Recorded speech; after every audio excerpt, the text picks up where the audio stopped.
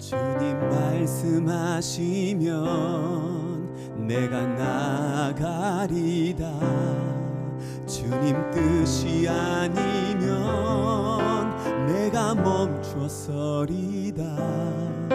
나의 가고 서는 곳 주님 뜻에 있으니 오 주님 나를 이끄소서.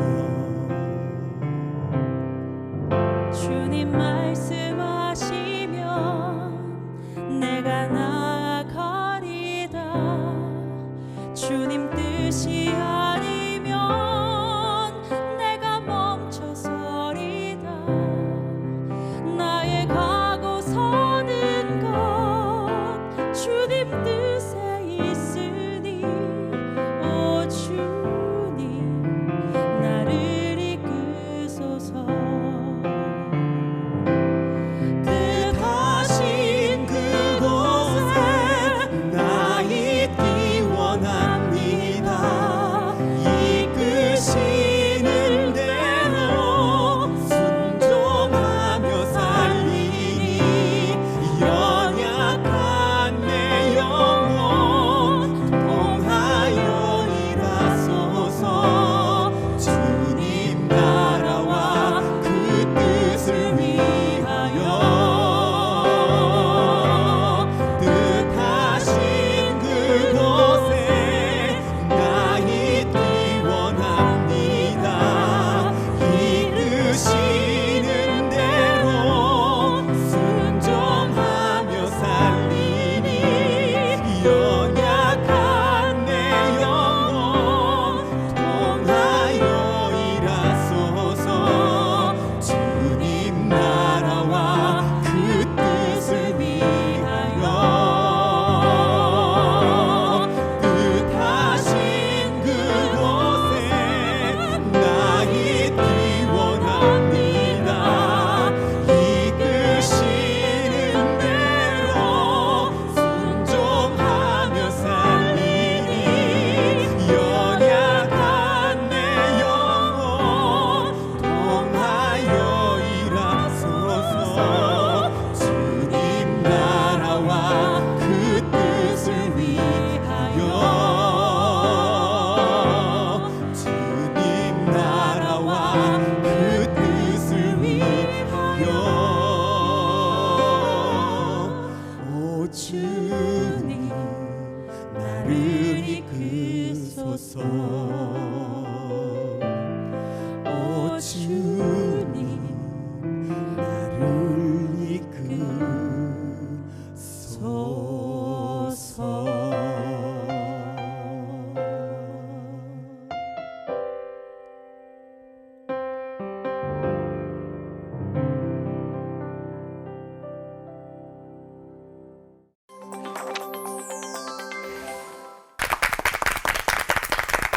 주님 말씀하시면 따르오리다 하면서 순교의 길을 걸어간 제자들의 이야기 얼마 전에 올포원에서 다뤘었는데요. 그런데 사도도 아닌데 그것도 돌에 맞아서 짧은 생을 마감한 성경 인물이 있습니다. 네.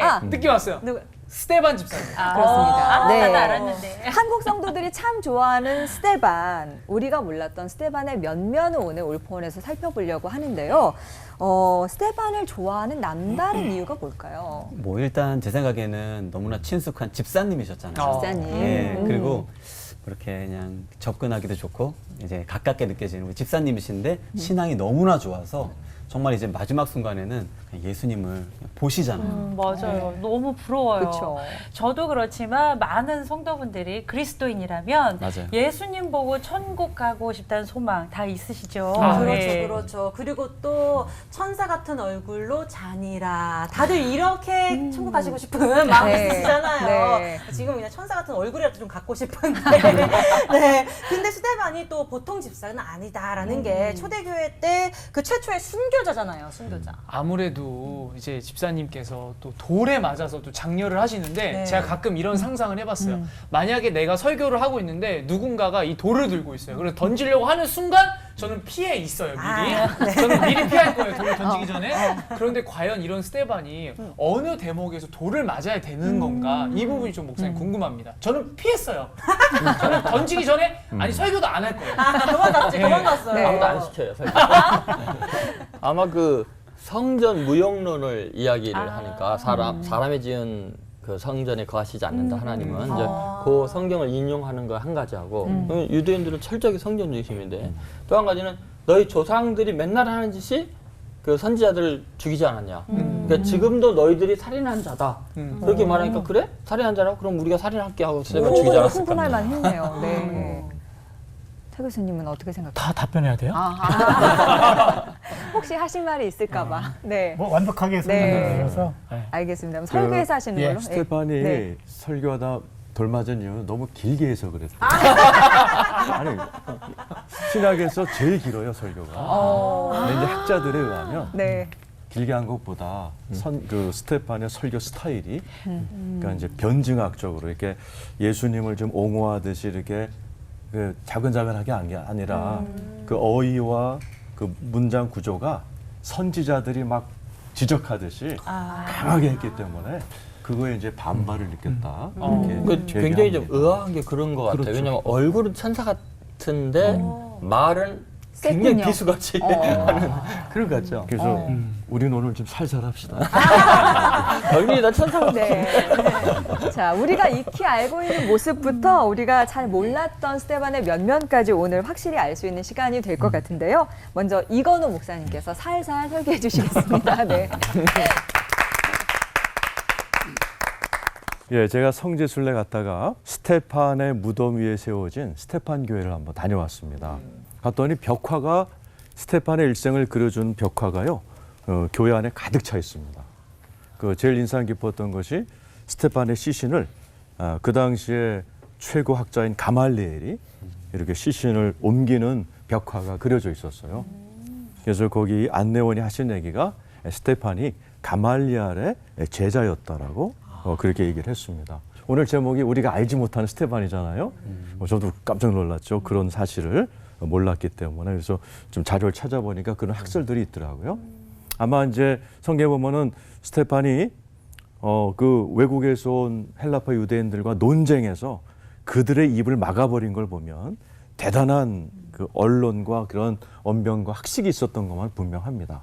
그리고 스테판은 이름도 그렇지만은 헬라파 유대인이거든요. 즉, 그러니까 교포입니다. 이 당시에 유대인들은 외국에서 살게 되는 교포들에게는 그 부모들이 아주 엄격한 가정교육을 시켜서 굉장히 품성이 바랐다고 그래요. 그런 걸 보면은 지성도 뛰어났고 또 인격도 다듬어져 있었고 또 성경에서는 스테판의 성령이 충만해서 이사와 기적을 행하더라. 그러니까 정말 굉장한 성도죠. 어떤 학식, 성령의 파워, 인격, 이 모든 것을 갖고 있는 스테판을 하나님은 참 빨리 데려가셨단 말이에요. 너무 아깝잖아요. 맞아요. 그러나 스테판은 짧은 인생을 살았지만은 아주 긴 여운을 남겨서 오늘 월포원에서 우리가 이렇게 스테판을 배울 정도로 긴 교훈과 여운을 남겨준 인생입니다. 제가 짧게 세 가지 여운을 말씀드리려고 그래요. 스테판은 순교하는 모습, 아주 담대하게 환한 얼굴로 순교하는 모습을 통해서 남겨져 있는 또 이어지는 수많은 초대교인들이 박해와 순교를 아주 담대하게 그렇게 맞이할 수 있는 여운을 남겨놨습니다. 우리가 알다시피 예수님도 아주 담대하게 죽음을 맞이하셨고 스테판도 너무나 담대한 모습으로 죽음을 맞이하고 그 돌 던지는 자들을 용서까지 하는 모습, 예수님하고 똑같이 했잖아요. 그러니까 그 뒤이어서 오는 초대교인들이 순교할 자리에 들어가게 되면 똑같이 했다고 그러죠. 심지어 자기를 향해서 칼을 꼽는 로마 군인들을 축복기도 해주고 마지막 호흡을 하기도 하고 환한 웃음으로 순교하는 그러한 일들이 초대교회에 계속 이어졌다는 겁니다. 이 모습을 이 사도행전의 저자인 의사 누가잖아요. 누가하고 이 누가는 의사로서 굉장히 언어 선택을 잘합니다. 스테판의 모든 존재를 딱 한마디로 표현합니다. 성령 충만입니다. Fullness of the Holy Spirit. 꽉 찬 모습. 제가 미국에서 신학 공부 신학 교수로 있을 때 학생들한테 성령론을 가르친 다음에 성령 충만한 사람을 좀 하나 선택해서 숙제를 내라고 그랬더니요. 반도 못 내더라고요. 어떤 친구가 이런 얘기했어요. 제가 이 강의를 듣기 전에 제가 생각했던 성령 충만은 주책 충만이었습니다. 진짜 성령 충만은 이렇게 마지막 순간까지 돌을 던지는 자를 향해서 용서할 수 있고 환한 얼굴을 유지할 수 있는 게 성령 충만인데 많은 분들이 좋을 때는 막 방방 뜨지만은 조금만 시험 들러도 조금만 심기가 불편해도 폭발하잖아요. 이런 의미에서 스테판은 성령 충만한 모습으로 순교와 어려움을 이겨낸 여운을 남겨줬고요. 두 번째는 스테판의 죽음을 통해서 교회가 흩어지기 시작합니다. 예수님의 유언이 뭐죠? 오직 성령이 임하시면 너희가 예루살렘, 유대, 사마리아 땅끝까지 가서 증인이 되라. 그런데 스테판이 죽기 전에는요. 제자들이 예루살렘과 유다를 넘어가지 못했습니다. 그래서 사도행전 7장에 스테판이 순교하고 8장이 이렇게 시작하죠. 그날에 예루살렘에 있는 교회에 큰 박해가 있어 사도회 다 유대와 사마리아 모든 땅으로 흩어지느니라. 스테판의 죽음은 예수님의 유언을 성취하여 복음이 드디어 유대의 벽을 넘어서 사마리아 땅끝까지 가게 되는 물꼬를 트게 됩니다. 그런 의미에서 스테판의 죽음이 굉장히 중요하지요. 마지막으로 이 스테판의 죽음은 많은 사람들을 회심시켰는데 특별히 굵직굵직한 사람들을 회심을 시켰습니다. 아까 얘기했던 것처럼 그 스테판 교회의 벽화에는 가말리엘과 니고데모가 그 스테판의 시신을 애도하는 벽화들이 있습니다. 그 가이드의 말로 의하면 스테판의 죽음은 가말리엘도 회심시켰고 또 니고데모뿐만 아니라 많은 리더들을 회심시키는 일을 했고 이것이 쭉 퍼지게 되므로 안디옥 교회까지 세워지게 되는 어쩌면 짧은 인생이지만 너무나 많은 일을 해놓은 그런 긴 여운을 남긴 것이 스테판의 인생입니다. 성경에 보면은 길게 산 사람들 많죠. 우두셀라 969세 살았지만은 성경 기록을 보면 애 낳다 죽은 것밖에 없습니다. 잘 산다는 게 어떤 의미인가? 짧지만 긴 여운을 남기고 간 스테판의 인생은 그런 의미에서 아주 소중한 인생이다 이렇게 생각합니다. 오늘 방송을 들으시는 우리 시청자 여러분들에게도 이런 스테판처럼 짧고 길고가 문제가 아니라 정말 긴 여운을 남기시는 향기 나는 우리 청취자들 다 되시기를 축원합니다. 아멘. 기도하겠습니다. 하나님 아버지, 우리 모두가 성령으로 충만하여 우리 각자의 처소에서 하나님을 향하여 긴 여운을 남기는 복된 인생 살게 하여 주시옵소서. 아멘. 예수님의 이름으로 기도드리옵나이다. 아멘. 신약 성경에서 최초의 순교자인 스테반이 집사라고 그렇게 불리게 된 거는 우리나라 성경에 사도행전 21장 8절에 거기에 보면 빌립을 이야기할 때 7 집사 중 하나 그렇게 나와요. 빌립도 7명의 선택된 사람 중에 한 사람이니까. 그러니까 같은 집사구나 이렇게 이해했는데 헬라어 원어 성경에 집사란 단어가 없어요. 그러니까 우리말 성경에만 들어가 있어요. 그래서 정확히 표현하면 집사를 부정할 수는 없지만 집사라고 확정 지을 수는 없다. 그래서 7 봉사자. 봉사자. 예, 디아코노스라고 하는 헬라어를 쓰는데 그냥 봉사자. 예, 봉사자란 말인데 7 봉사자인데 사도들은 그러니까 복음 선포 봉사자고 그다음에 7 봉사자들은 식탁 봉사자들이었다. 단순히 주방에서 일하는 그런 급은 아니에요. 이 당시는. 스테반은 그래서 교회 봉사자로서 중요한 일들을 감당했는데 그런데 사도행전 6장 8절을 보니까 스테반이 은혜와 권능이 충만하여 큰 기사와 표적을 민간에게 행했다. 근데 기사와 표적은 사도들이 하는 일이에요. 그러니까 그가 하는 사역은 사도급이었어요. 그래서 스테반은 빌립과 더불어 사도급 전도자였다라고 하는 것이 더 정확한 겁니다. 뭐 안집사도 아닙니다만 또 찐 집사도 아니에요. 스데반의 그 연설, 설교를 보면은요, 사도행전에 설교가 24개가 나오는데 그 중에 가장 길어요. 그리고 가장 중요한 설교입니다. 스데반이 어떤 상황에서 그런 말씀을 했는가? 지혜와 성령이 충만했어요. 그래서 스데반은 말 그대로 스테파노스, 헬라식 이름입니다. 그러니까 헬라파 유대인이에요. 그래서 헬라파 유대인들을 담당했어요. 헬라파 유대인들에게 예수님의 사역을 증거했는데, 그런데 지혜와 성령이 충만해가지고 반대자들이 스데반을 이길 수가 없어요. 다 설득, 납득, 입을 다 막아버리는 거예요. 그러다 보니까 적대자들이 안 되겠다. 거짓 증인들을 돈으로 사가지고 고발합니다.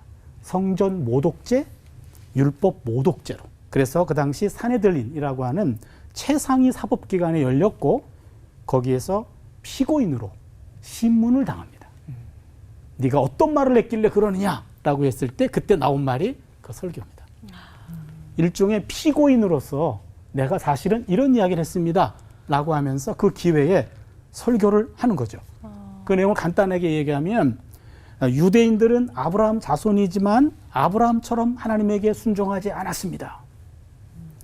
유대인들은 모세의 후손이지만 모세가 건네준 율법을 지키지 않았습니다. 유대인들은 조상들 같이 선지자들을 박해했고 바로 결국에는 의인을 잡아 죽였습니다. 예수란 말은 하지 않았지만 누가 복음에 나오면 의인은 예수를 가리키거든요. 그러니까 그 당시 유대인들은 다 알아들었죠. 우리가 죽인 예수가 의인이고 우리가 죽였네? 그렇게 얘기한 거죠. 당신들 살인자요! 이렇게 얘기한 거예요. 그러자 그들의 마음이 찔렸지요. 격분했죠. 손에 돌을 들기 시작한 겁니다. 돌에 맞으면서 스데반은 사람들의 용서를 구하는 기도를 합니다. 그런데 중요한 것은 그 배후에 사울이 등장해요. 그 스데반의 마지막 기도는 어찌 보면 사울 한 사람을 향한 기도라고 해도 과언이 아닙니다. 7장 56절에 증인들이 옷을 벗어서 사울이라는 청년 발 앞에 두니라. 성경에서 처음으로 사울이 등장하는 대목이에요. 사울은 유대식 이름이고 바울은 헬라식 이름입니다. 파울로스, 헬라어예요. 사울은 히브리어입니다. 그래서 사울이라는 청년이 처음 등장해요. 사울은 스데반 박해의 동조자였습니다. 그래서 바울은 거기서 스데반이 죽고 나자 본격적으로 박해자로 나서죠. 이후에 하나님이 스데반의 기도를 응답하셔서 사울도 용서했고 사울을 위대한 복음 전도자로 바꿨습니다. 스데반의 순교와 스데반의 마지막 기도는 박해자 사울을 예수의 증인인 바울로 바꾸는 그런 일이었고 결국에 바울을 스데반을 능가하는 새로운 스데반을 낳은 것. 그게 바로 스데반의 순교였죠. 스데반이 순교할 때 그 모습이 마치 예수님과 거의 흡사합니다. 그의 영혼을 받으시옵소서. 영혼 위탁기도. 그리고 이 죄를 그들에게 돌리지 마옵소서. 용서의 기도. 다 예수님이 한 기도예요. 그렇다면 예수님은 스데반은 그 연설은 예수님의 정신을 반영한 것뿐만 아니라 그의 삶도 예수님의 삶을 그대로 쫓아갑니다. 죽음의 순간에도 예수님의 모습과 정신을 그대로 따른 거죠. 그리스도를 본받아 살다가 그리스도를 본받아 순교합니다. 스데반은 사나 죽으나 오직 그리스도만을 바라보고 그리스도만 의식했던 사람이고 그래서 예수님이 자신의 최초의 순교자를 맞이하기 위해서 하늘 보좌에서 일어나십니다. 스데반 본인은 의식하지 못했을지 몰라도 스데반의 순교는 바울을 낳고요. 바울을 낳는 해산의 고통이었고 죽기 전 하늘 보좌에 서 계신 예수님을 최초로 목도한 사람이 됩니다.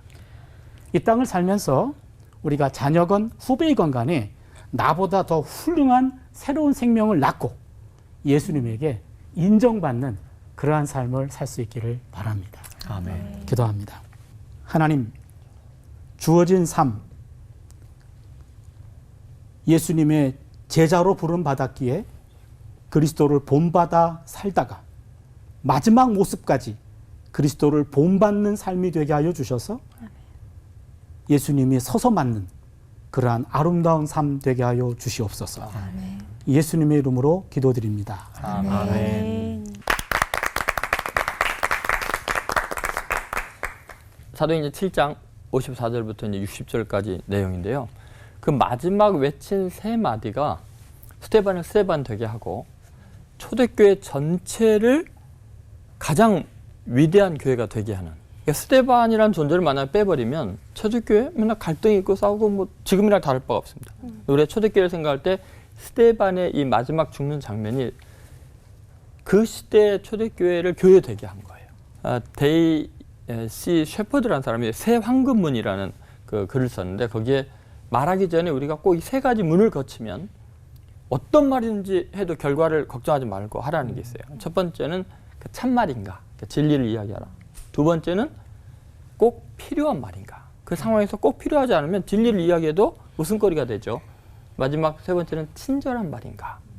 아무리 필요한 말이라도 상대편을 배려하지 않는 말은 옳지 않다는 거예요. 근데 스테반이 지금 이 외친 세 마디가 놀랍게도 이 세 마디와 세 황금문을 지나는 것과 똑 일치하면서 기독교의 복음의 핵심을 도대체 기독교가 뭔가를 보여주는 놀라운 이야기를 하고 있습니다. 첫 번째 이 스테반이 외쳤던 그 진리의 외침, 그것은 예수를 보고 예수를 증거하는 거죠.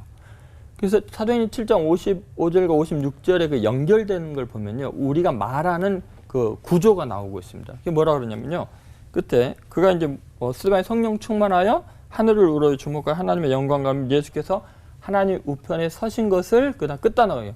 보고 그 다음에 56절에 가면 말하되 보라 이렇게 나옵니다. 자, 보고 말하되 보라. 예수께서 하나님 우편에 서신 것을 보노라 이렇게 이야기하잖아요. 그러면 여기 끝에 뭐 이러죠? 보고 말하되 보라. 인간은요, 본 것을 말하게 돼 있어요. 보고 말하되 보라라고 외칠 수 있다는 거예요. 스테반은요, 자기를 향해서 돌로 치고 치려고 달려드는 증오하는 무리들, 세상에 악이 가득한, 거짓이 가득한 곳 속에서 뭐를 보냐면 그들을 보는 게 아니라, 그들이 증오를 보는 게 아니라, 그들을 묵상한 게 아니라 눈을 들어 하늘을 우러러 주목했어요. 그리고 하나님의 영광과 예수께서 우편에 서신 것을 보고 뭐를 봤어요? 세상을 보는 게 아니라 눈을 들어 하늘을 우러러 보니까 하늘 이야기를 하는 거예요. 보라, 인자가 하나님 우편에 서신 것을 보노라. 여러분, 이 시대에 지금 세상에 악이 너무나 팽배하잖아요. 돌로 치려드는 것처럼 달려들잖아요. 그때 그리스도인데 뭐를 보느냐가 무슨 말을 하냐가 나와요. 매번 세상의 악에 대해서, 불의에 대해서만 교회에서 성도들이 이야기한다면 하늘을 우러러 보고 있지 않은 거예요. 이때 하나님을 보지 않고 예수님을 보지 않는 거죠. 그러니까 진리가 안 나오고 세상에 악이 나오는 거예요. 그래서 여러분, 우리는 내가 공격을 받을 때 성령 충만해서 정말 억지로라도 눈을 들어서 하늘을 봐야 돼요. 뭐를 보느냐? 그것은 진리를 보고 진리를 외쳐야 돼요. 스테반은 예수님을 외쳤어요. 그 상황에서 예수님을 말했어요. 그것이 인류를 구원하는 가장 위대한 말이죠. 두 번째는 꼭 필요한 외침이었어요. 내 영혼을 보고 외쳐야 돼요. 여러분, 세상이 악하고 타락하고 힘들 때 가장 필요한 게 뭔지 아세요? 스테반이 59절에 외쳤다는 건 뭐예요? 내 영혼을 아버지 손에 붙어 한다는 거예요. 왜요? 잘못하면 내 영혼이 악에게 뺏길 수가 있어요. 여러분, 세상의 잘못과 불의를 지적하다 보면요, 어느새 나도 오염이 됐어요. 그래서 세상의 죄를 지적하고 혼내면서 자기는 세상보다 더 독해져 있고 악해져 있는 경우가 많아요. 여러분, 악에 대항해서 싸우는 사람은 악에 물들지 않도록 자기의 영혼을 지키는 것이 가장 필요하고 중요한 일이라는 거죠. 그 다음에 세 번째 스테반이 그 외쳤던 말이 있어요. 그것은 친절한 외침이에요. 원수의 죄를 보고 용서하는 외침이었죠. 그래서 60절에 보면은 저들의 죄를 용서해달라는 거예요. 사해달라는 그 외침이었죠. 끝까지 친절한 거예요. 스테반은 복음을 전하는 사람이에요. 그러면 자기를 핍박한다고 해서 저들의 죄를 절대로 놔두시면 안 됩니다. 그러면은 일관성이 없는 거예요. 여러분, 교회는 용서를 선포하고 그래서 십자가의 복음을 전하는 거예요. 아무리 세상이 우리에게 악을 해도 우리는 어떻게 해야 돼요? 친절해야 돼요. 상대편을 배려해야 돼요. 그리고 용서의 선언을 해야 돼요. 그것이 복음 아니겠어요? 여러분, 우리는 꼭 이것을 잊지 않아야 돼요. 토마스 모우경이 영국에 있었는데 아주 경건한 그리스도인이었어요. 정치적인 누명을 써서 사형 언도를 받았어요. 재판장이 최후 변론을 하니까 이런 말을 했어요. 재판장님, 내가 당신을 친구라고 부르도록 허락해 주십시오. 친구요, 당신과 내가 스데반과 바울의 관계가 되기를 바랍니다. 비록 바울이 스데반을 돌로 쳐 죽였지만 지금쯤 하늘나라에서는 스데반과 바울은 가장 친한 친구가 되었을 것입니다. 친구요, 그리스도께서 당신을 사랑하시고 용서하기를 원하십니다. 재판관이 너무 충격을 받았고, 아니, 나는 당신을 죽이는 사형언도를 냈는데 어떻게 나를 친구라고 하십니까? 그리스도께서 나 같은 죄인을 용서해 주셨기 때문입니다. 먼저 용서해 주셨기 때문입니다. 여러분, 주님의 용서를 확신한다면 우리는 끝까지 용서를 선언할 수 있어야 합니다. 지금 이 시대 우리의 반응은 명백합니다. 기독교가 스데반 같은 반응이 없다면 이 시대를 구원할 방법이 없습니다. 그렇게 승리하는 여러분 되시기를 주의 이름으로 축원드립니다. 기도하겠습니다. 거룩하신 하나님, 끝까지 친절하게 하시고 끝까지 복음적이게 하시고 끝까지 용서를 선언하는 한국교회 되게 하여 주옵소서. 다시 초대교회 영광을 회복하도록 우리를 스데반처럼 거룩하게 구별하여 주옵소서. 예수님의 이름으로 기도드립니다. 아멘.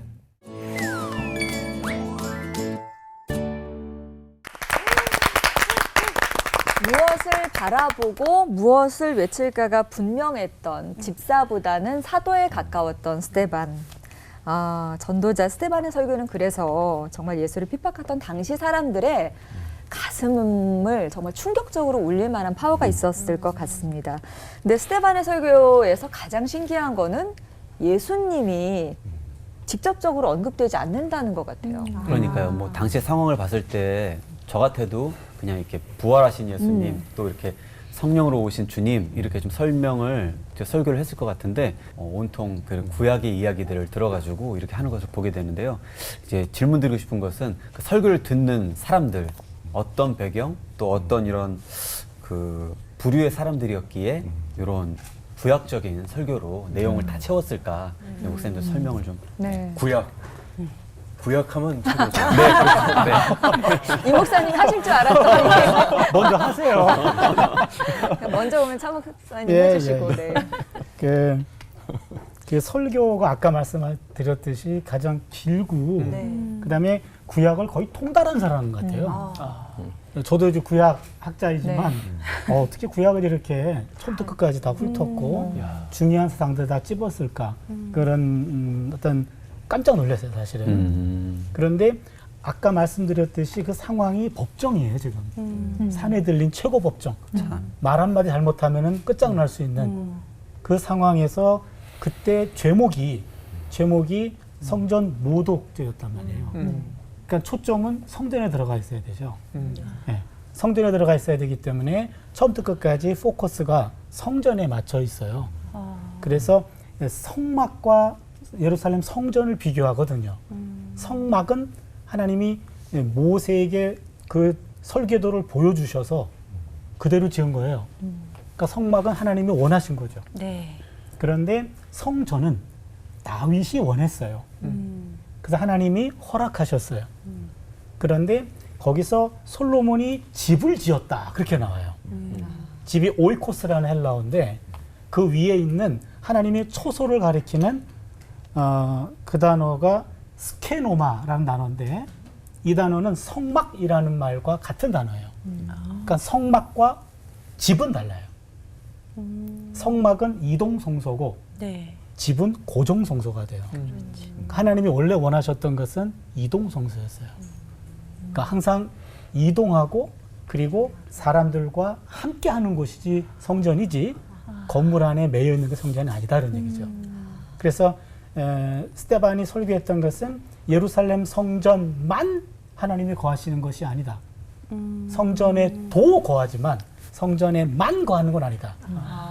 그리고 당신들이 지금 보고 있는 예루살렘 성전은 사람의 손으로 지은 거다. 내가 지은 것이 아니다. 이렇게 얘기하죠. 그러니까 예루살렘 성전에 대해서 상당히 비판적인 설교를 한 거예요. 그러니 성전 가지고 먹고 사는 그 당시 종교 지도자들 이 사람들에게 있어서는 굉장히 치명적인 지적이죠. 그리고 성전이 그러한데 성전이 그렇다라고 설교한 예수를 죽였어. 엄청난 천사 같은 얼굴을 했지만 완전히 핵심을 찌르는 설교였죠. 그래서 구약에 있는 그런 내용들을 많이 할 수밖에 없었고 성전에 대한 그 당시로서는 좀 폭탄 선언이라고 할 수 있는 그런 설교를 한 것으로 그렇게 봅니다. 그러니까 구약을 스테판이 전체를 다 훑거든요. 근데 딱 세 사람 얘기하는 겁니다. 아브라함과 요셉 한 집안이죠. 모세, 다윗과 솔로몬 한 집안이죠. 이 세 사람의 특징은 다 언약을 맺은 사람들입니다. 그러니까 지금 공격하는 유대인들은 스테판이 헬라파 교포이기 때문에 율법을 잘 모른다고, 구약을 모른다고 생각했는데 스테판이 아브라함의 언약부터 시작해서 모세, 다윗을 쭉 훑으면서 이 언약의 맥락에서 의인이신 예수가 왔다라는 것을 구약을 통해서 증명하죠. 그리고 질문이 아까 거기에 있는 부류의 사람들이 어떤 사람이냐? 네. 못된 사람들이죠. 사람들. 거기 이제 공회죠. 사내들인 공회에 헬라파 여러 나라, 뭐 이태리, 뭐 갈라디아, 뭐 아프리카, 뭐 이런 데서 온 유대인들이 앉아 있고 그 사람들이 산 거짓 증인들이 앉아 있었어요. 이 거짓 증인들은 작정하고 온 사람입니다. 목사님들이 제일 괴로운 게 작정하고 목사님이 무슨 실수하나 그 앞에서 설교한다는 건 고역이잖아요. 그런 부류의 사람들은 이후에도 누가 무슨 말하면 신성모독, 누가 무슨 말만 신성모독 했다고 그래요. 그래갖고 하도 너무 신성모독이 많아지니까 이제 사내들인 공회와 유대교 지도자들이 신성모독의 규정을 만들자. 그래갖고 어떻게 했냐면은 이 당시 유대인들은 하나님의 이름을 못 부르거든요. 여호와 그랬다간 돌 맞아 죽습니다. 그러니까 여호와를 요드해 바우해 이렇게 부르거든요. 아도나이라고 부르든 우리나라식으로 하나님을 못 부르고 히읗 니은 이 미음 이렇게 하듯이 직접적으로 하나님의 이름을 부르지만 않으면 이건 신성모독 아닌 걸로 하자. 그 계기가 됐던 게 스테판의 죽음이었는데 스테판은 이 혜택을 못 받고 죽은 거죠. 그러니까는 스테판이 설교했던 그 대중들은 아주 못된 사람들이었습니다. 준비하고 걱정하고. 그러니까 당신들의 조상이 섬기던 바로 그분을 당신들이 핍박했다라는 경고를 제대로 날렸으니 그 사람들이 참 참기 어려웠겠다 싶은 생각도 드는데요. 믿는 실체가 무엇인지 제대로 보지 못하면 이 사람들처럼 그럴 수도 있겠구나 싶은 생각도 들면서 오늘 지금 질문의 돌직구를 좀 한번 날려보죠. 그래서 네. 오늘은 다윗의 물맷돌 같은 예리한 짱돌을 준비해왔습니다. 네. 스데반의 죽음에 감춰진 하나님의 섭리를 알기 위해 드리는 질문 타임! 네. 먼저 우리 이건호 목사님께 질문을 좀 드리겠습니다. 먼저 스테반이 본 환상 중에서 목사님, 예수님이 하나님 우편에 서신 것을 보고 소리를 지르며 달려드는 사람들을 용서하고 자듯이 죽음을 맞이했다고 하는데 예수님이 서 계셨다 일어나는 것은 여기서 무슨 의미일까? 이 부분에 대해서 말씀해 주시면 감사하겠습니다. 아까 두 목사님도 다 언급하셨는데요. 그러니까 예수님이 보좌에 앉아 계셨잖아요. 쭉. 네. 그런데 이 장면에서 예수님이 벌떡 일어나셨단 말이죠. 학자들은 몇 가지 얘기를 해요. 예수님께서 환영하러 오셨다. 또 예수님께서 우리를 향해서 달려오시고 계시는 하나의 표식이다. 우리 질문한 레온 형제가 우리 정재민 자매가 옆에서 막 괴롭혀요. 또 막 저기서 와가지고 막 괴롭혀요. 무서워. 막 돌 던져요. 그런데 내가 레온 형제를 보고 있다가 벌떡 일어나면은 어떤 느낌이 있어요? 별 도움이 안 된다는 나를 도와주실 것 같은? 그렇죠, 구해주실 그렇죠. 것 같은? 네. 드디어 나에게 때가 왔구나. 예수님이 이러신 시점이 이제 스테판의 설교를 듣고 막 이제 막 씩씩거리고 있어요. 근데 예수님이 일어나셨어요. 그러고선 이제 사람들이 스테판에게 돌을 던지기 시작합니다. 예수님이 이러셨다는 얘기는 꼭 이런 것 같아요. 나를 봐라. 마치 아이가 병원에 가서 이게 주사를 맞는데 우니까 엄마 봐, 엄마 봐. 그 엄마를 보면 마음이 편안해지잖아요. 예수님이 일어나셔서 나를 봐 할 때 두 손에는 못자국이 있고 얼굴은 태양처럼 빛나고 예수님은 십자가에서 저들을 용서해 주셔서 했던 그 예수님을 보았을 때 제가 볼 때는 스테판이 그 예수님이 이러만 섰겠어요? 그 예수님의 온몸에서 스테판에게 성령의 은혜와 에너지와 이걸 모두 이길 수 있는 힘을 주셨던 것 같아요. 성경에 보면요. 스테판이 예수를 주목하고 서신 걸 보니 이렇게 나옵니다. 근데 그 앞에 보면은 사람들이 스테판을 주목하고 보니 그러니까 아까 우리 조 목사님 잘 얘기해 주셨는데 그 스테판이 예수님의 얼굴을 주목하고 보니까 그 얼굴에서 환한 빛이 나오고 그 예수님을 용서했던 분이시고 그 예수님의 얼굴이 환하게 빛나듯이 스테판의 얼굴이 빛난 것을 사람들이 주목하고 봅니다. 제가 볼 때 그 예수 그리스도께서 일어나셔서 스테판이 이 모든 죽음보다도 더 강한 은혜를 부어주셨던 것 같고 그렇기 때문에 용서할 수 있었고 그리고 성경에 보면은 죽은 게 아니라 잤다라는 것은 대단한 평강의 모습이거든요. 그때 보이지 않는 어떤 초자연적인 하나님의 은혜가 스테판을 덮었던 것 같아요. 그래서 예수님이 일어났다. 좀 레온 형제에게 좀 도움이 되십니까? 든든했습니다. 네. 저도 그 빛을 입고 다시 두 번째 질문 차준희 목사님께 드려보도록 하겠습니다. 아까 스테반이 없으면 사도 바울도 없었을 거다 이제 얘기하셨던 부분에서 그 스테반이 순교하는 자리에 그땐 정말 청년 사울이 있었잖아요. 근데 이제 바울이 되면서 이제 그 어떤 심경이었을까 좀 추측을 해주시는 걸 별로 안 좋아하시는 교수님이시니까 이런 마음을 담은 성경 구절이 있는지 네, 짚어주시면 좋을 것 근거가 같고 있는지, 네. 두 사람의 행적이 예수님처럼 비슷했다라는 부분들 그건 왜 비슷할 수 있었을까라는 궁금증이 생겼습니다. 네. 그 마틴 행엔이라고 하는 유명한 신약 학자가 있어요. 이분이 이런 말을 합니다. 스테반은 사도 바울의 선구자였다. 이렇게 얘기하거든요. 그러니까 마틴 행엘이 얘기하면은 거의 정설에 가까운 그런 무게 있는 학자인데 그래서 이분이 뭘 근거로 그렇게 얘기했을까라고 해서 팩트 체크에 들어가 봤어요. 예, 그런데 바울이 그러니까 그 스테반에 대해서 언급한 본문은 하나밖에 없더라고요. 그 이후에 우리가 아까 7장에서는 스테반이 순교할 때 옆에 옷을 막고 있었다. 그렇게 첫 등장하는 거예요. 네. 그 이후로 과연 이 바울이 그 상황에 대해서 어떤 내적 고민과 그것을 어떻게 평가할까 궁금했어요. 아무리 뒤져봐도 없고 한 구절만 있더라고요. 사도행전 22장 거기에 26절에 보니까 이게 지금 그 예루살렘에서 체포돼가지고 그 천부장 병영 안에서 지금 변호하는 설교예요. 바울이 이렇게 얘기해요. 주의 증인 스테반이 피를 흘릴 때 내가 곁에 서서 찬성하고 그 죽이는 사람들의 옷을 지킨 줄 그들도 아나이다. 이렇게 아주 객관적인 얘기만 해요. 내가 그런 사람이었습니다. 이런 거죠. 그거에 대해서 뭐 미안하다 뭐 이런 얘기 전혀 없어요. 그냥 그렇게만 언급해요. 그래서 바울이 스테반에게 어떤 영향을 받았을까? 그것은 기록으로는 알 수 없다. 그러면 그의 행동을 좀 보자. 행동을 보면 스테반의 행동과 바울의 행동이 비슷한 게 많아요. 바울은 스테반 같이 환상 가운데 예수님을 봐요. 그 이후에. 그리고 바울은 스테반 같이 헬라파 유대인들하고 논쟁을 해요. 그러니까 헬라파 유대인들을 설득시키는 것은 스테반 일이었어요. 그러니까 그 일을 바톤을 이은 거죠. 그리고 바울은 스테반 같이 헬라파 유대인들에게 체포돼요. 똑같이. 그리고 사내들린 법정에 똑같이 신문받아요. 그리고 바울은 스테반 같이 성경과 모세를 거스르는 말을 했다고 고소를 당해요. 그러니까 스테반이 걸어간 그 길을 똑같이 걸어가고 있더라. 그 얘기죠.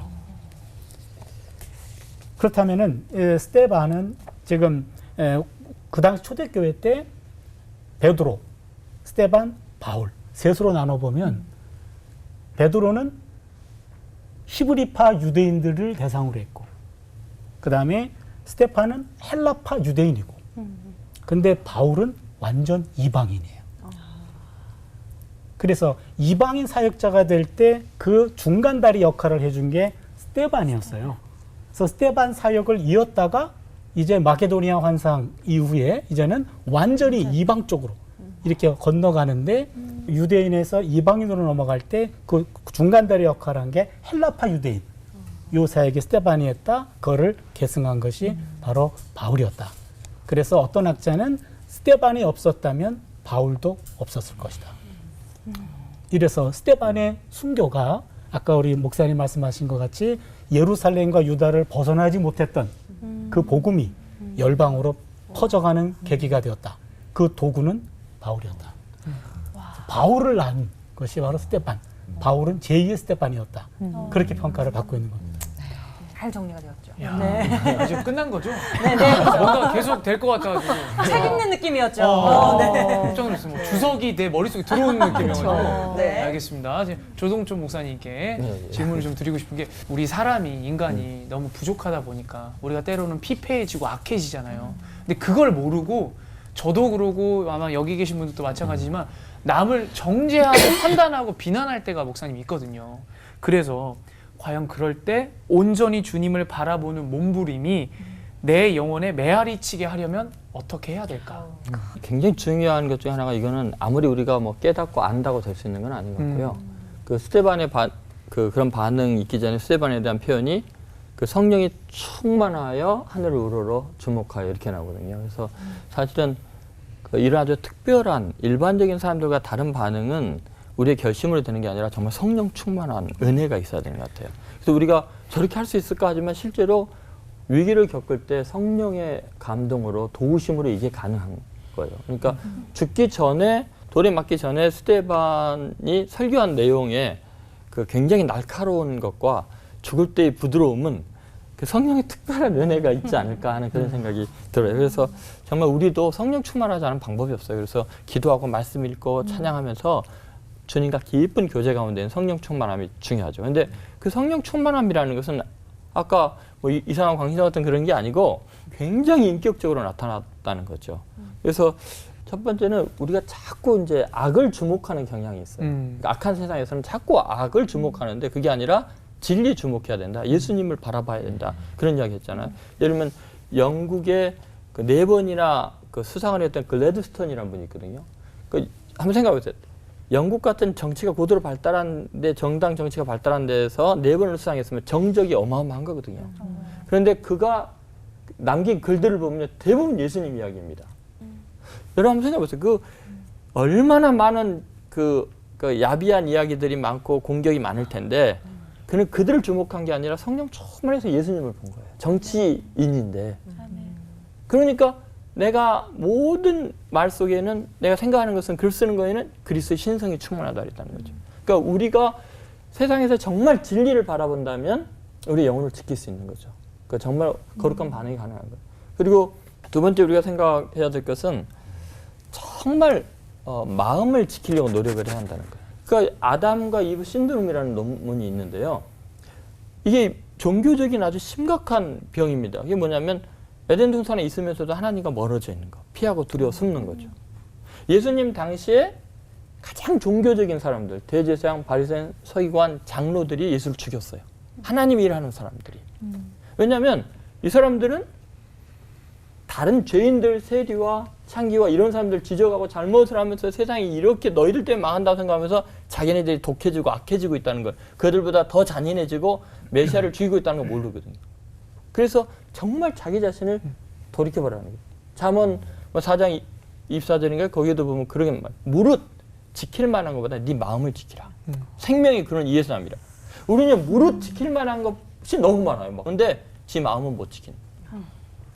이런 것들을 한번 돌이켜보세요. 2000년이 지난 지금 우리가 혹시 당시에 유대인들처럼 잘못된 이렇게 돌을 들고 던지려고 하고 있는 건 아닌가라는 생각이 좀 들으면서 스데반의 신앙과 기도에 우리를 좀 더 거울처럼 비춰봤으면 좋겠다, 그런 생각이 들었습니다. 근데 이렇게 돌로 치려고 달려드는 사람까지 용서하는 그 스데반의 기도까지 알 수 있을까요? 누가 싫은 소리 그냥 요만큼만 해도 싫잖아요, 어떻게. 아, 싫은 정도인가요? 작은 돌, 큰 돌 집어들려고 하는 우리의 모습인데 아픔을 이기면서 상대방을 용서한 그런 경험이 있으시면 나눠주셨으면 좋겠고 그리고 스테반처럼 예수님처럼 누군가를 용서한 사람을 만나신 경험 있으시면 들려주시고 또 듣고 깨닫는 시간 가졌으면 좋겠습니다. 이번에 먼저 하세요. 네. 네, 목사님 제가 아니니까. 먼저 찾아봤습니다. 이게 제가 이렇게 돌이 날라오는 데서 3주 동안 사역을 한 경험이 있어요. 그러니까 92년도에 알바니아에 단기 선교를 갔다 왔어요. 3주 동안. 한국 사람 10명, 스위스 사람 10명, 미국 사람 10명이 알바니아가 유럽의 북한입니다. 그 알바니아가 자유화가 돼버렸어요. 그러고 나서 이제 우리 단기 선교팀이 아마 최초로 들어간 그래서 그곳에서 이제 복음을 전했는데 거기가 이제 오랫동안 공산주의에 있다가 자유화되니까 잠재했던 모슬럼권이 장악을 해버렸습니다. 그래서 길거리에서 복음을 전하면요, 막 주먹만한 짱돌이 날라와요. 우리가 가는 어느 곳에 가도 쉬고 있어도 막 짱돌들이 비 오듯이 막 옵니다. 그곳에서 복음을 전한다는 게 쉽지가 않아요. 3주 동안 이제 둘씩 짝져가지고 모슬렘 집에서 잤습니다. 모슬렘 사람들 친해지기 위해서. 근데 저도 이렇게 잤는데 거기에 이제 알톤이라는 애가 있어, 중학생. 근데 이렇게 잘해줬는데 그 녀석이 내 워크맨이라고 있어요. 92년도에 워크맨은 좋은 거였어요. 예, 예. 그럼요. 그래서 제가 장가 간 지 얼마 안 돼갖고 비싼 걸 샀거든요. 근데 그걸 훔쳐간 거예요. 그래서 제가 그걸 알고서 제가 그냥 그걸 용서해 줬어요. 용서해 줬을 뿐만 아니라 그제 엄마가 이제 수술을 잘못해서 팔을 못 썼는데 제가 수술비도 다 대줬습니다. 그래야만 될 것 같아요. 그리고 이제 3주 사역을 잘 마치고 이제 축복해주고 그러고 왔는데 거기에 교회가 세워졌는데 기독교 교회가 처음으로 세워졌어요. 거기에 제일 먼저 달려가서 세례받은 게 제 워크맨을 훔쳤다가 알톤이 제일 먼저 가서 등록을 하고 교인이 됐다는 얘기를 들었어요. 제가 뭐 스테판처럼 거창한 얘기는 아니지만은 오늘 짱돌 얘기도 나오고 용서란 얘기도 나오니까 뭐 자그마한 얘기지만은 제가 이렇게 용서해 줬더니 거기에 교회가 세워지고 뿌린 씨앗이 정말. 그렇게 되는 걸 보면서 지금 30년 지났으니까 그 친구도 이제 40대 됐을 거예요. 참 좋은 경험이었습니다. 네. 그 용서라는 거는 말은 쉽지만 남의 용서는 또 설교할 수 있지만 나는 용서하고 사나 라고 한다면 참 쉽지 않은 것 같고요. 이 질문을 받았을 때 용서 그럼 나한테는 그런 갈등 관계에 있었던 사람들이 누가 있었을까 한번 돌이켜 보니까 용서라기보다는 차라리 안 보니까 잊혀져서 원수 나오면 그냥 그때 생각나는 사람. 묻어둔 묻어둔. 사람들. 네. 야곱과 에서의 관계가 그런 것 같아요. 야곱과 에서가 나중에 형식적인 화해는 했지만 에서가 야곱과 같이 살자 그랬더니 야곱이 아니라고 그래요. 서로 안 보고 살자. 분리를 통한 봉합이죠. 그러니까 이것도 하나의 그 용서를 덮어두는 그런 하나의 안에 샘플이 될 수 있을 것 같고 늘 봐야 하는 경우는 어떡하나. 이거는 안고 가야 될 문제인 것 같아요. 정답은 나와 있는데 아직은 내가 그 정답에 이르지 못한 거죠. 네. 그러나 이거를 강압적으로 너 해야 된다라는 식으로는 또 하나의 저한테 상처가 되니까 정답은 알고 있지만 내 감정과 내 이성과 내 표정이 그쪽으로 갈 수 있도록 부단히 노력하는 그런 과정 속에 있는 것이 제 솔직한 고백이에요. 그러나 더 악화되지는 않으려고 노력은 하죠. 그런 그 끝까지 가봤기 때문에 그건 아닌 것 같다. 그러면 더 노력하고 그리고 나만 옳은 것도 아니었을 것 같다. 그 사람 입장이었으면 그렇게 되면 조금 더 조심하게 되면서 과정을 밟아가고 있다. 여기까지가 제 드릴 수 있는 하나의 고백입니다. 그 스테반은 돌에 맞아 죽잖아요. 그러니까 용서가 쉬운 거예요. 끝나니까 다시는 안 봐도 되니까 용서하고 끝나면 자기만 훌륭해지거든요. 근데 이제 우리가 힘든 건 스테반보다 더 힘든 건 죽지 않고 계속 살아야 되니까. 그래서 아까 말씀하신 대로 매일 봐야 되는 원수들에 매일 돌을 대한 또 맞고. 부분이에요. 그래서 이게 정말 어렵거든요, 사실은. 근데 저에게는 아주 특별한 은사가 있어요. 망각의 은사. 지나간 일이 기억이 잘 안 나요. 기억이 안 나는. 정말 은사네요. 정말 네, 그러니까 은사세요. 물론 돈 빌린 것도 자주 잊어버리기도 하고요. 그런데 괴롭힘을 받았는데 다음 몇 주 있다가 보면은 막 반가워요. 뭔 일이 있었는지 잘 기억이 자세히 안 나요.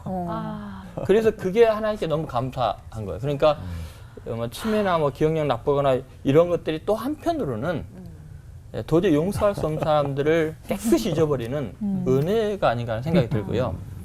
또 한 가지는 용서 자체가 나에게는 자격이 없다. 나는 용서 받아야 되는 자이지 나는 재판관도 아니고 입법가도 아니고 내가 죄인인데 누구를 용서한다는 것 자체가 재판관이나 할 수 있는 이건 하나님이 하신 일이지 내가 하는 일이 아니다는 생각이에요. 그러니까 어쩌다가 정말 잘못됐다고 미안하다고 용서를 빌려오는 분이 있어요. 근데 그럴 경우에 저는 나한테 빌어받을 이유가 없다고 내가 뭔데 용서를 하냐고. 그래서 하나님과 당신의 문제고 나는 기억도 잘 못하겠다. 목회하다 보면 이제 굉장히 억울한 일도 많이 당하고 이런 일이 있어요. 그런데 변명하는 것도 사치스러운 것 같아요. 그리고 억울해. 왜 오해를 할까라고 말하는 것도 교만인 것 같아요.